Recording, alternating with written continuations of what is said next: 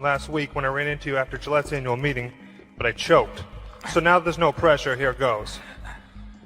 In the years, from my reading, in the years from 1956 through 69, you achieved the best results of your career quantitatively, 29% annually against only 7% for the Dow. Your approach then was different than now. You looked for lots of undervalued stocks with less attention to competitive advantage or favorable economics and sold them rather quickly. As your capital base grew, you switched your approach to buying undervalued excellent companies with favorable long-term economics. My question is, if you were investing a small sum today, which approach would you use? Well, I would use the approach that I think I'm using now of trying to search out businesses that where I think they're selling at the lowest price relative to the discounted cash they would produce in the future. But if I were working with a small amount of money, the universe would be huge compared to the universe of possible ideas I work with now.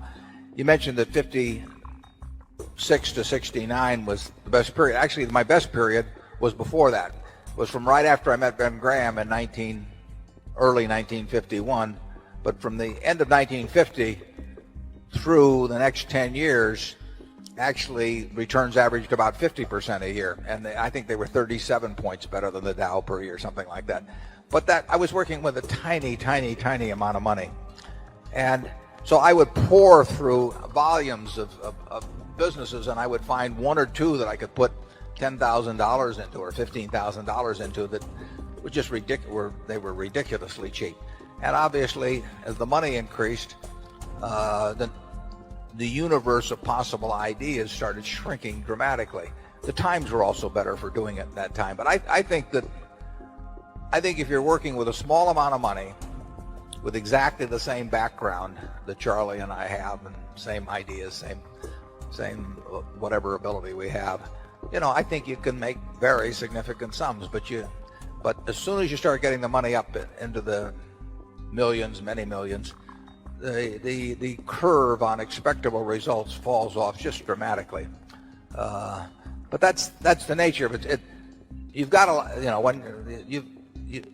when you get up to things you can put millions of dollars into, you've got a lot of competition looking at that, and they're not looking as I did when I started. When I started, I went through the pages of the manuals page by page. I mean, I probably went through 20,000 pages in the Moody's Industrial, Transportation, Banks, and Finance manuals. And I did it twice. And I actually, looked at every business. I didn't look very hard at some. Well, that's not a practical way to invest tens or hundreds of millions of dollars.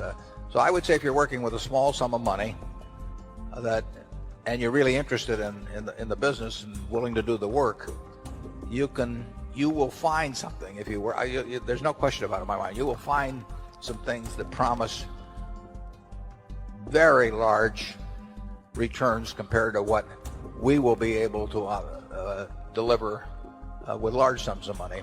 Charlie? Well, yeah, I think that's right. A brilliant man who can't get any money from other people and is working with a very small sum probably should work in very obscure stocks, searching out unusual, mispriced opportunities. But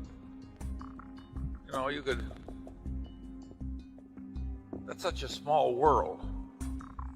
It may be a way for one person to come up, but it's a long slog.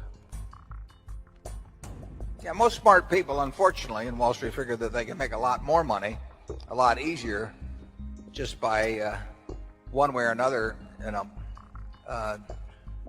getting an override on other people's money or delivering services in some way that people, and the monetization of hope and greed, is a way to make a huge amount of money.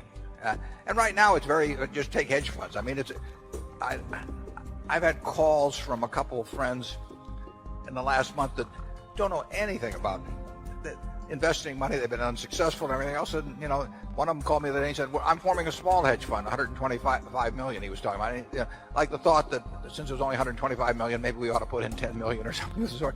I mean, if you looked at this fellow's Schedule D on his 1040 for the last 20 years, you'd think he ought to be mowing lawns. but Yeah. but he may get his 125 million. I mean, and it's just astounding to me how willing people are during a bull market just to toss money around because they think it's easy. And of course that's what they felt about internet stocks a few years ago. They'll think about something else next year too. But the biggest money made, in Wall Street in recent years has not been made by great performance, but it's been made by great promotion, basically. Charlie, do you have anything? Well, I would state it even more strongly. I think the current scene is obscene. I think there's too much mania. There's too much chasing after easy money. There's too much misleading sales material about investments.